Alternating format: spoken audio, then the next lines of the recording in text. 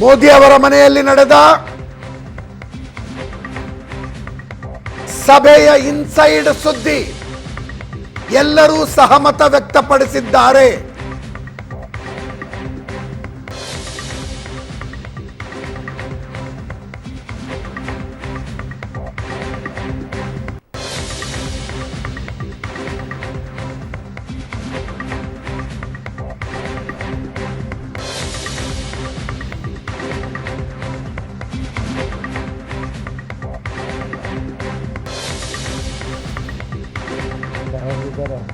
ಸರ್ಕಾರ ರಚನೆಗೆ ಎಲ್ಲರದ್ದು ಸಹಮತಿ.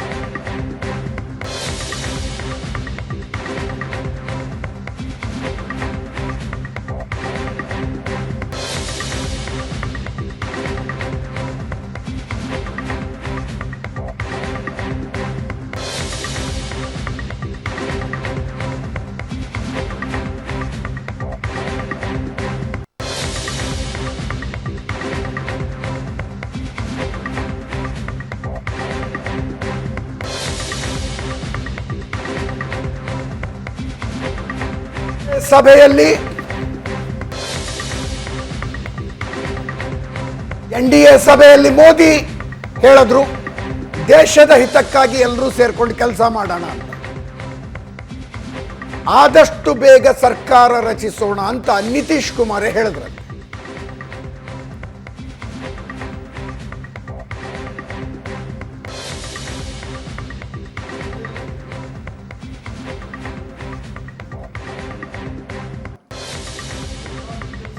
ಎರಡು ನಿಮಿಷ ಮಾತಾಡಿದ್ರಂತೆ. ಓಕೆ ಫಸ್ಟ್ ಇದು ಪ್ರಶಾಂತ್ ಹೇಳ್ತಾ ಇರೋದು ಟೆಕ್ಸ್ಟ್ ಆಗಿ ಫುಲ್ ಬ್ರೇಕಿಂಗ್ ಅಲ್ಲಿ ಬರಬೇಕು. ಎಸ್, ಎಲ್ಲ ನಾಯಕರು ಎರಡೆರಡು ನಿಮಿಷ ಮಾತಾಡಿದ್ರಂತೆ. ಓಕೆ, ಕಾಂಗ್ರ್ಯಾಚುಲೇಟ್ ಮಾಡಿದ್ರಂತೆ ಪ್ರಧಾನಮಂತ್ರಿಗಳನ್ನು. ಓಕೆ, ಪ್ರಧಾನಮಂತ್ರಿಗಳು ಕೂಡ ಒಂದು 4-5 ನಿಮಿಷ ಎಲ್ಲ NDA ಪಾರ್ಟ್ನರ್ಸ್ಗಳಿಗೆ ಥ್ಯಾಂಕ್ಸ್ ಗಿವಿಂಗ್ ರೀತಿಯಲ್ಲಿ ಮಾತನಾಡಿದ್ರಂತೆ.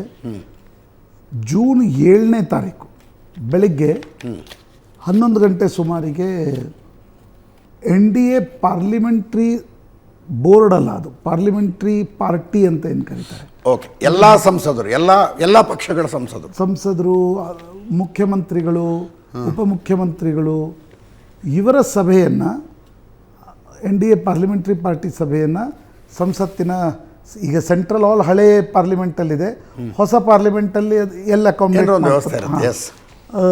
ಅಲ್ಲಿ ಆ ಒಂದು ಸಭೆಯನ್ನು ಕರೆಯಲಾಗಿದೆ. ಆ ಸಭೆಯ ನಂತರ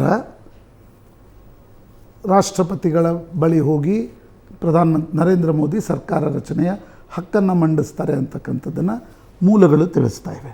ಅಂದರೆ ರಾತ್ರಿ 7:30 ಹೋಗುವ ಸಾಧ್ಯತೆಗಳು ಕಡಿಮೆ. ಯಾಕಂದರೆ ಸಂಸದರು ಅಧಿಕೃತವಾಗಿ ಅವರನ್ನು ಪಾರ್ಲಿಮೆಂಟರಿ ಬೋರ್ಡ್ ಪಾರ್ಟಿ ಲೀಡರ್ ಅಂತ ಫಸ್ಟ್ BJP ಚೂಸ್ ಮಾಡಬೇಕು, ನಂತರ ಉಳಿದ ಪಕ್ಷಗಳು ಕೂಡ ನರೇಂದ್ರ ಮೋದಿ ಅವ್ರನ್ನ ಆಯ್ಕೆ ಮಾಡಬೇಕು. ಬಟ್ ಉಳಿದ ಪಕ್ಷಗಳೆಲ್ಲ ಸೇರಿ ಏನು ರೆಸಲ್ಯೂಷನ್ ಮಾಡಿಕೊಟ್ರು, ಬಟ್ ಒಂದು ನನಗನ್ಸುತ್ತೆ ಒಂದು ಸಲ ಇಡೀ NDA ಸಂಸದೀಯ ಪಕ್ಷದ ಒಂದು ಸಭೆಯನ್ನು ಬೆಳಿಗ್ಗೆ ಕರೆಯಲಾಗಿದೆ. ಅಲ್ಲಿ ನರೇಂದ್ರ ಮೋದಿ ಅಧಿಕೃತವಾಗಿ, ಅವತ್ತೇ BJP ಲೆಜಿಸ್ಲೇಟಿವ್ ಪಾರ್ಟಿ ಮೀಟಿಂಗು ಇದ್ದಂಗಿದೆ. ಅವತ್ತೇ BJP ಪಾರ್ಲಿಮೆಂಟರಿ ಪಾರ್ಟಿ ಮೀಟಿಂಗ್ ಅನ್ನು ಮೊದಲು ನಡೆಸಲಾಗುತ್ತೆ. ಇವೆಲ್ಲವೂ ಔಪಚಾರಿಕವಾಗಿರ್ತಕ್ಕಂಥ ನಿರ್ಣಯಗಳು. ಮೊದಲು BJP ಪಾರ್ಲಿಮೆಂಟರಿ ಪಾರ್ಟಿ ಮೀಟಿಂಗ್ ಅನ್ನು ನಡೆಸಿ, ನಂತರ NDA parliamentary party meeting, BJP ಸಭೆಯಲ್ಲೇ ಅವರು ಜಾಯಿನ್ ಆಗ್ತಾರೆ, ಉಳಿದ ನಾಯಕರು ಬರ್ತಾರೆ, ಅಧಿಕೃತವಾಗಿರ್ತಕ್ಕಂಥ ನಿರ್ಣಯವನ್ನು ತೆಗೆದುಕೊಂಡ ನಂತರ. ಯಾಕಂದರೆ ಇದೆಲ್ಲವೂ ಔಪಚಾರಿಕವಾಗಿರ್ತಕ್ಕಂಥ ಪ್ರಕ್ರಿಯೆಗಳು ನಡೆಯುತ್ತೆ. ಒಂದು ಪಾರ್ಲಿಮೆಂಟ್ ಸದಸ್ಯರ ಸಭೆಯ ನಂತರವೇ ಸರ್ಕಾರ ರಚನೆಗೆ ಅಧಿಕೃತವಾಗಿರ್ತಕ್ಕಂಥ ಹಕ್ಕು ಮಂಡನೆಯ ಪ್ರಕ್ರಿಯೆ ನಡೀಬೇಕು. ಆ ಕಾರಣದಿಂದ ಜೂನ್ 7ಕ್ಕೆ ಬೆಳಿಗ್ಗೆ ಪಾರ್ಲಿಮೆಂಟ್ನಲ್ಲಿ ಎಲ್ಲ NDA ಸಂಸದರ ಸಭೆ ನಡೆಸಿದ ನಂತರ NDA ನಾಯಕರು ರಾಷ್ಟ್ರಪತಿಗಳ ಬಳಿ ತೆರಳಿ ಸರ್ಕಾರ ರಚನೆಯ ಹಕ್ಕನ್ನು ಮಂಡಿಸ್ತಾರೆ. ಬಹುಶಃ ಜೂನ್ 8 ಅಥವಾ 9ರಂದು. ಯಾವಾಗ, ಯಾಕಂದರೆ ಜೂನ್ 9ಕ್ಕೆ ಚಂದ್ರಬಾಬು ನಾಯ್ಡು ಪ್ರಮಾಣ ವಚನ ಇದೆ. ಅದಾದ್ಮೇಲೆ ತಗೊಳ್ತಾರ, ಮೊದಲೇ ಮುಂಚೆನೆ matter of details I think. So ಇವತ್ತು ರಾಷ್ಟ್ರಪತಿಗಳ ಭೇಟಿಗೆ NDA ನಿಯೋಗ ಹೋಗೋದು ಡೌಟ್. ಇವತ್ತಿನ ಸಭೆಯಲ್ಲಿ ಮಿತ್ರ ಪಕ್ಷಗಳ ನಾಯಕರೆಲ್ಲ 2 ನಿಮಿಷ ಮಾತನಾಡಿದ್ರು. ಒಂದು 4-5 ನಿಮಿಷ ಪ್ರಧಾನಿ ನರೇಂದ್ರ ಮೋದಿ ಮಾತಾಡೋದು.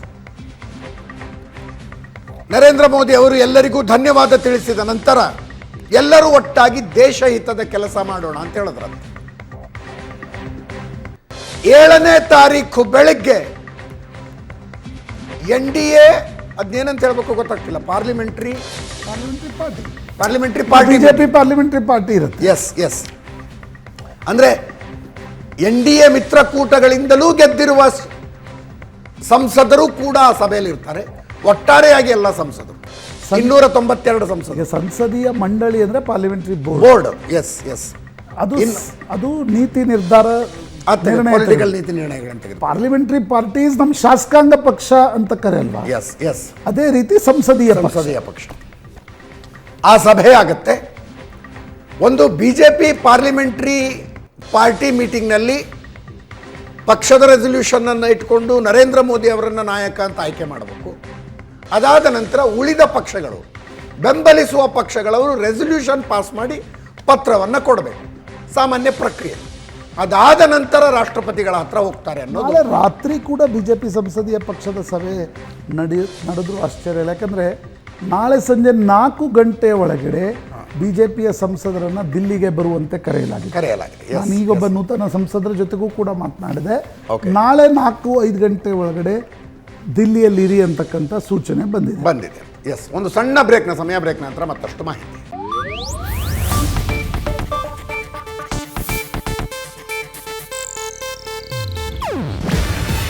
ಇದು ಏಷ್ಯಾನೆಟ್ ನ್ಯೂಸ್ ನೆಟ್ವರ್ಕ್ ಪ್ರಸ್ತುತಿ. ನೀವು ನೋಡ್ತಿದ್ದೀರಾ ಏಷ್ಯಾನೆಟ್ ಸುವರ್ಣ ನ್ಯೂಸ್.